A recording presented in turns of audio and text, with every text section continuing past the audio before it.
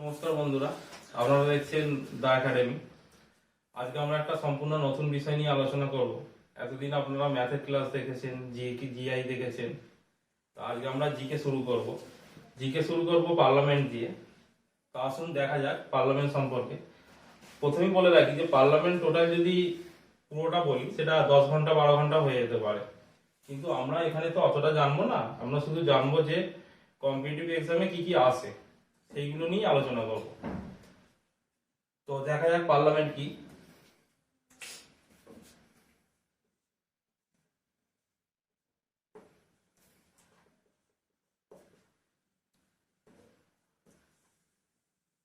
প্রথমেই যে প্রশ্নটা আসে সেটা হলো যে পার্লামেন্ট কি নিয়ে গঠিত হয়। ঠিক আছে, তা পার্লামেন্ট গঠিত হয়, অনেকে ভাবে যে লোকসভা রাজ্যসভা নিয়ে পার্লামেন্ট। এটা আমরা বাংলায় কি বলি? বাংলায় বলি সংসদ। ঠিক আছে, তা পার্লামেন্ট শব্দটা যেটা আমরা বলি যে পার্লামেন্ট কি, পার্লামেন্ট যদি বলি আধুনিকতম রূপ হচ্ছে রাজদরবার। ঠিক আছে, যেমন রাজাদের যেমন সব সংসদ থাকতো, বিভিন্ন থাকতো, সেখানে একজন মন্ত্রী থাকতো।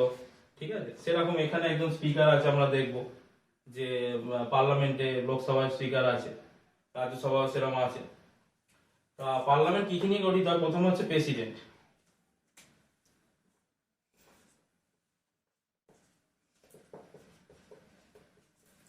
তারপর হচ্ছে লোকসভা, আর হচ্ছে রাজ্যসভা। ঠিক আছে, তাহলে প্রেসিডেন্ট মানে রাষ্ট্রপতি, লোকসভা, আর হচ্ছে রাজ্যসভা। আচ্ছা, প্রেসিডেন্ট নিয়ে আমরা বিস্তারিতভাবে অন্য সময় আলোচনা করব, কারণ প্রেসিডেন্টটা অনেক বড় বিষয়। কারণ এটা বলতে গেলে, প্রেসিডেন্ট বলতে গেলেই 4-5 ঘন্টা লেগে যাবে। অথবা আমরা আজকে শুধু লোকসভা রাজ্যসভা দুটো তুলনা করে দেখবো যে লোকসভা কি রাজ্যসভা কি। আচ্ছা, বলে রাখি যে আমাদের সংবিধানে আর্টিকেল 79-এ পার্লামেন্ট বিষয়ে বলা আছে। ঠিক আছে, প্রেসিডেন্ট আছে আর্টিকেল 52 থেকে 62 পর্যন্ত। ঠিক আছে, লোকসভা আছে হচ্ছে বলা আছে হচ্ছে 81, আর্টিকেল হচ্ছে অধ্যায় হচ্ছে আর্টিকেল 81। আর রাজ্যসভা আছে 80। ঠিক আছে, তাহলে 79 নম্বর ধারায় আছে পার্লামেন্ট সম্পর্কে বলা আছে। প্রেসিডেন্ট আছে 52 থেকে 62, লোকসভা বলা আছে কি আর্টিকেল 81 এ, আর রাজ্যসভা বলা আছে আর্টিকেল 80। এবারে লোকসভা আরো কিছু নামে ডাকা হয়, যেমন হচ্ছে নিম্নকক্ষ, এটা বলা হয় উচ্চকক্ষ। ঠিক আছে, বা হাউস অফ পিপল বলা হয়, বা কাউন্সিল অফ স্টেট। ঠিক আছে, তাহলে আমরা এটা পুরোটা মুছে দিয়ে আমরা লোকসভা রাজ্যসভা সম্পর্কে জানবো। আমরা লোকসভা রাজ্যসভা দুটো মিলিয়ে দেখবো, তুলনা করবো আজকে।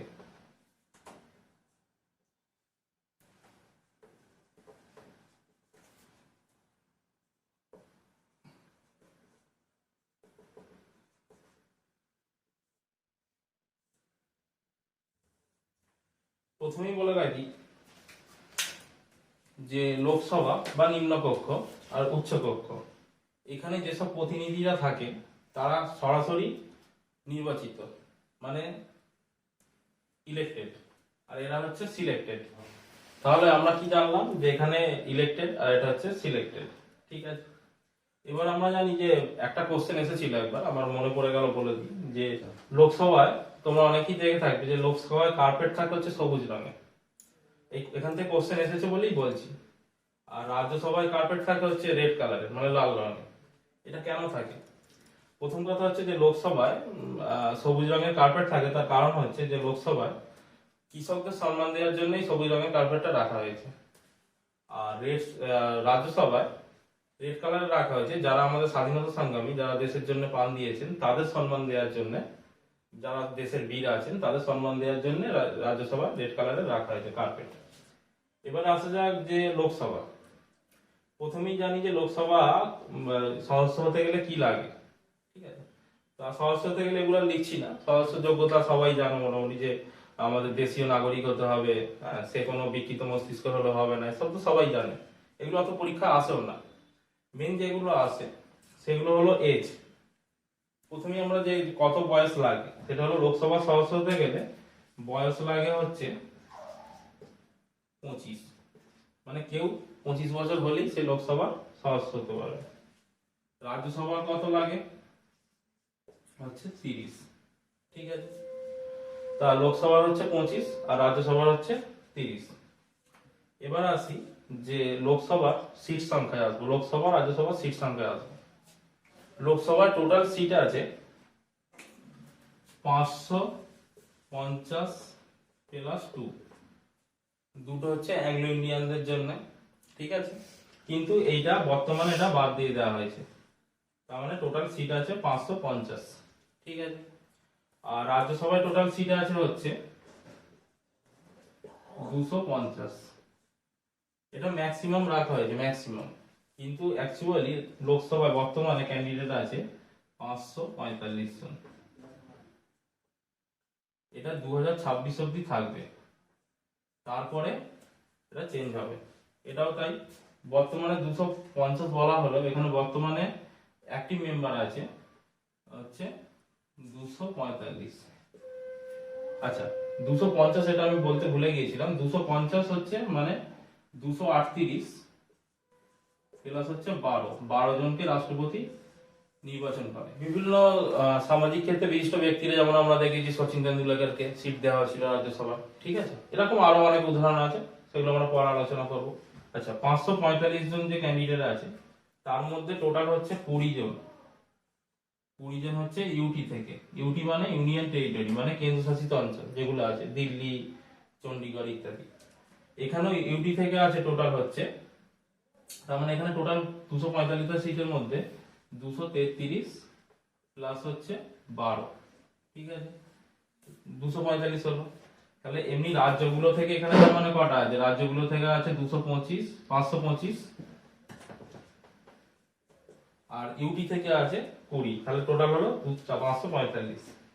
আর এখানে আছে 233, আর রাষ্ট্রপতি 12 জনকে নির্বাচন করছে, তাহলে টোটাল হচ্ছে কত, 245, ঠিক আছে। 245 এর মধ্যে এখানে আছে দিল্লিতে রাজ্যসভার সিট আছে হচ্ছে 3টে, আর হচ্ছে এতে আছে পুডুচেরিতে আছে একটা, টোটাল 4টে বাদ দিলে 229টা বিভিন্ন রাজ্য থেকে। আচ্ছা, এটুকু জানা গেল। এবার আমরা দেখবো যে কোন স্টেটে লোকসভার সিট সবচেয়ে বেশি আছে। আচ্ছা, ইউপিতে লোকসভার সিট সবচেয়ে বেশি, সেটা হচ্ছে 80টা। যেহেতু আমরা পশ্চিমবঙ্গের বাসিন্দা, তাহলে আমাদের ওয়েস্ট বেঙ্গল জানতে হবে। ওয়েস্ট বেঙ্গল হচ্ছে ডব্লিউবি, আমি সঠিক লিখছি ডব্লিউবি। ওয়েস্ট বেঙ্গল হচ্ছে 42। আর রাজ্যসভায় সবচেয়ে বেশি সিট নিশ্চয়ই ইউপি, জনসংখ্যা বেশি, 20 কোটি প্লাস, তাহলে ইউপি রাজ্যসভার সিট আছে হচ্ছে 31। আর ওয়েস্ট বেঙ্গলে ডব্লিউবি তে আছে হচ্ছে 16, কারণ ডব্লিউবি টা জানতেই হবে। তাহলে আমরা লোক সংখ্যা, সদস্য সংখ্যা জানলাম, লোকসভা রাজ্যসভা। লোকসভার সিট সংখ্যা দেখলাম যে লোকসভার সিট সংখ্যা কটা, রাজ্যসভার সিট সংখ্যা কত দেখলাম। এবারে আমরা দেখব যে লোকসভার পরিচালনা করে কে, নিশ্চয়ই কোনো একটা সংস্থা, কেউ না কেউ পরিচালনা করবে। আচ্ছা, লোকসভায় তাহলে লোকসভা পরিচালনার দায়িত্ব কার হাতে আছে, লোক স্পিকার। আর রাজ্যসভায় আছে হচ্ছে ভাইস প্রেসিডেন্ট। আচ্ছা, তাহলে আমরা দেখছি কি লোকসভায় আছে স্পিকার আর রাজ্যসভায় আছে পদাধিকার বলে ভাইস প্রেসিডেন্ট, মানে উপরাষ্ট্রপতি। তোমরা সবাই জানো যে এই মুহূর্তে যে লোকসভার স্পিকার আছে ওম বিড়লা, আর ভাইস প্রেসিডেন্ট উপরাষ্ট্রপতি কে আছে, ভেঙ্কাইয়া নাইডু আছে। আচ্ছা, স্পিকারের কাজ কি? স্পিকারের কাজ হচ্ছে যে লোকসভাটাকে পরিচালনা করা, মানে কে কখন বক্তব্য রাখবে বা অনেক কিছু, কোনো কিছু কোরাম হলে সেখানে অংশগ্রহণ করা। বা ভাইস প্রেসিডেন্টেরও কাজ সেম। এবার লোকসভা রাজ্যসভার কিছু কিছু পাওয়ার আছে, সেগুলো আমরা অন্য একটা ভিডিওতে আলোচনা করব। যেমন একটা এক্সাম্পল দিচ্ছি, যেমন অর্থ বিলের ক্ষেত্রে লোকসভার পাওয়ার বেশি, সেখানে রাজ্যসভার ক্ষমতা অনেকটাই কম। আর যেগুলো এখান থেকে লোকসভা থেকে যেগুলো আসে, আচ্ছা, এজ লিমিট প্রথমেই বলেছি যে এজ লিমিট হচ্ছে 25 লোকসভা, আর রাজ্যসভার এজ লিমিট হচ্ছে 30, কিন্তু এখানে ম্যাক্সিমাম কিছু বলা নেই, ঠিক আছে। আচ্ছা, এদের কার্যকালের মেয়াদ, লোকসভার কার্যকালের মেয়াদ,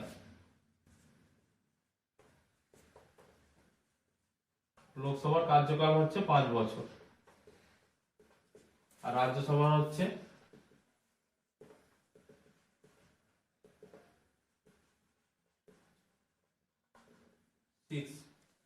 6 বছর। তাহলে আমরা কি দেখছি যে লোকসভার কার্যকালের মেয়াদ হচ্ছে 5 বছর, রাজ্যসভার হচ্ছে 6 বছর। আচ্ছা, প্রতি 2 বছর অন্তর 1/3 ক্যান্ডিডেট কি করে অবসর গ্রহণ করে, কিন্তু লোকসভার ক্ষেত্রে 5 বছর। কিন্তু এটা নির্দিষ্ট নয়, কারণ হচ্ছে যতদিন লোকসভা আমরা আগে দেখেছি যে পুরো 5 বছর অনেক কমপ্লিট হয়নি, যেমন সবচেয়ে কম দিনে লোকসভা হয়েছিল মাননীয় প্রধানমন্ত্রী অটল বিহারী বাজপেয়ী আমলে 13 দিনে। সেখানে কোনো দল যদি আস্থা গ্রহণ করতে না পারে তাহলে সেখানে 5 বছর নাও হতে পারে। যেমন আমরা এক্সাম্পল হিসেবে দেখতে পারি যে টোটাল ধরি যে 543টা সিট আছে, তাহলে যে সদস্য যে সরকার চালাবে, যে পার্টি, তারা তাহলে ম্যাক্সিমাম কটা সিট পেতে হবে, +1। তার মানে হচ্ছে 272টা যদি সিট পায় তবেই সে হচ্ছে কি সরকার গঠন করবে। এবার কোন পার্টির কাছে যদি 272টা যদি সিট না থাকে তাহলে তারা কি করবে, সরকার গঠন করতে পারবে না। তা সেই অনুযায়ী যদি 272টা যদি না দেখাতে পারে তাহলে সেখানে কি হবে, সরকার আর থাকবে না, সরকার ভেঙে যাবে। আমরা এর আগে দেখেছি বহু সরকার ভেঙে গেছে, ঠিক আছে। আচ্ছা, আমরা এবার দেখবো যে বেতনটা কোথা থেকে দেওয়া হয় লোকসভার রাজ্যসভার মেম্বারদের। বেতন কনসলিডেটেড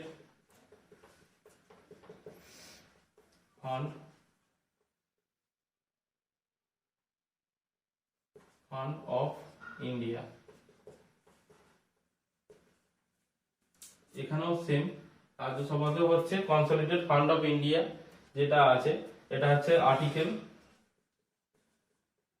267। এই আর্টিকেলে বলা আছে যে কনসলিডেটেড ফান্ড অফ ইন্ডিয়া, এখান থেকে সমস্ত লোকসভার যেসব মেম্বার আছে, রাজ্যসভার যেসব মেম্বার আছে, সেখান থেকে বেতন দেওয়া হবে। তো বন্ধুরা মোটামুটি আমরা বেসিকটা জানলাম। তো বন্ধুরা আমরা আজকে এটা দেখলাম, শুধু লোকসভা রাজ্যসভার তুলনামূলক কিছু আলোচনা করলাম। আমরা অন্য একটা ভিডিওতে দেখব যে এর বিস্তারিতভাবে পুরোটা পড়বো, কারণ আমরা এখনো প্রেসিডেন্ট বাকি আছে, প্রেসিডেন্ট পুরোটা করাতে গেলে অনেক সময়ের সাপেক্ষ ব্যাপার আছে, বা লোকসভার আরো কিছু আছে জিনিস আছে, সেগুলো আমরা পরে দেখবো। লোকসভা রাজ্যসভা আপাতত এই বেসিকটা থাক, আমরা অন্য একটা ক্লাসে আরো বিস্তারিতভাবে আলোচনা করব। ধন্যবাদ।